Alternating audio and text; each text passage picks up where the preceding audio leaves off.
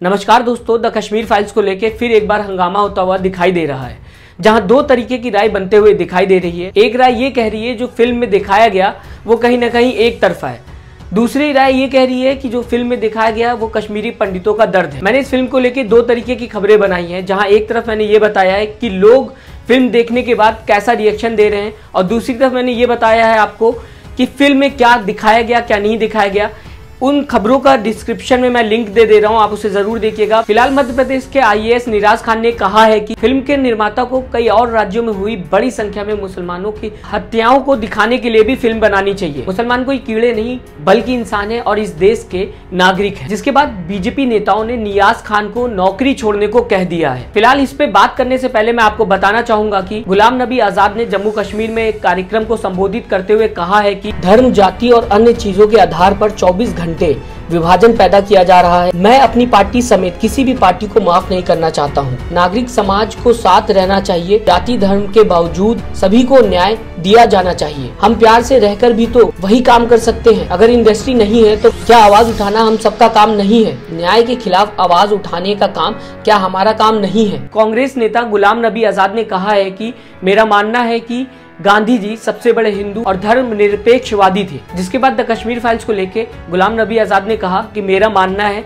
कि जो कुछ हुआ उसके लिए पाकिस्तान और आतंकवाद जिम्मेदार है। इसने सभी हिंदुओं, कश्मीरी पंडितों और कश्मीरी मुसलमानों को भी प्रभावित किया। हाल ही में उमर अब्दुल्ला ने भी कश्मीर फाइल्स पर कहा था कि द कश्मीर फाइल फिल्म्स में तरह तरह के झूठ दिखाए गए हैं। जब कश्मीरी पंडित यहां से निकले तब उस दौरान फारूक अब्दुल्ला जम्मू कश्मीर में मुख्यमंत्री नहीं थे। उस समय राज्यपाल का राज्य था और देश में वीपी सिंह की सरकार थी जिसमें बीजेपी समर्थन था। वहीं बीजेपी और कांग्रेस में इसको लेके सियासत भी देखी जा रही है। लगातार दोनों तरफ से द कश्मीर फाइल्स को लेके ट्वीट चल रहे हैं, लगातार बयानबाजी चल रही है। इस बीच मध्य प्रदेश के आईएएस नियाज खान ने मांग की है कि मुसलमानों पर हुई घटनाओं को भी लेकर फिल्में बननी चाहिए। उन्होंने अपने ट्वीट में लिखा है कि कश्मीर फाइल्स ब्राह्मणों का दर्द दिखाती है। उन्हें पूरे सम्मान के साथ कश्मीर में सुरक्षित रहने की अनुमति दी जानी चाहिए। फिल्म के निर्माता को कई अन्य राज्यों में बड़ी संख्या में हुए मुसलमानों की हत्या को भी दिखाने के लिए एक फिल्म बनानी चाहिए। मुसलमान कीड़े नहीं बल्कि इंसान हैं और देश के नागरिक भी हैं। एक और ट्वीट में नियाज खान ने लिखा, अलग अलग मौकों पर मुसलमानों के हुए नरसंहार को दिखाने के लिए एक किताब लिखने की सोच रहा था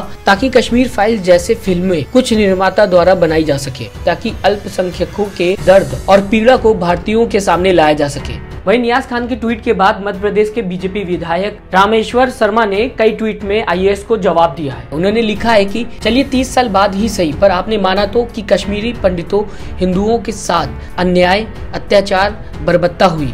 30 साल बाद आपने माना तो इस्लाम कट्टरवाद, जिहाद के लिए कैसे हिंदुओं को मिट्टी में मिलाने की सोच का उदाहरण 19 जनवरी 1990 को पेश किया था। शर्मा ने लिखा, भारतीय प्रशासनिक सेवा में रहते हुए सिर्फ एक वर्ग के प्रति अपनी चिंता व्यक्त करना कहीं न कहीं संघ लोक सेवा आचरण नियमों के विपरीत है। फिर भी आपको किसी वर्ग का रहनुमा बनने का शौक है तो आईएएस की नौकरी छोड़कर मैदान में आइए। भाजपा विधायक ने लिखा, मैं मध्य प्रदेश सरकार से भी आग्रह करता हूँ कि इनके कथन पर स्पष्टीकरण किया जाए और पूछा जाए कि देश में ऐसा कौन सा प्रांत है जहां मुसलमानों को मारा जा रहा है। एक और ट्वीट में रामेश्वर शर्मा ने लिखा, एक बात और नियाज खान जी, मुसलमानों के लिए कीड़े मकोड़े जैसा शब्द का इस्तेमाल ना करें, क्योंकि भारत में सच्चे देशभक्त एपीजे अब्दुल कलाम, अशफाक उल्लाह खां जैसे भी हुए हैं। फिलहाल आपको बता दूं कि नियाज खान का कहना है कि उनकी 17 साल की नौकरी में 10 जिलों में उनको 19 बार ट्रांसफर झेलना पड़ा है। वो ये भी मानते हैं कि उनके सरनेम में जो खान लगा है उसकी वजह से उनके साथ ऐसा व्यवहार किया जा रहा है। फिलहाल आप हमें कमेंट करके जरूर बताइएगा आपके हिसाब से नियाज खान ने किस तरीके का काम किया है। आपका कमेंट हमारे लिए बहुत महत्वपूर्ण है। कल एक बार फिर आऊंगा आपके सामने नई खबर लेके। तब तक के लिए अपना ख्याल रखें। नमस्कार। चैनल को लाइक, शेयर एंड सब्सक्राइब करें और बेल आइकन दबाना ना भूलें।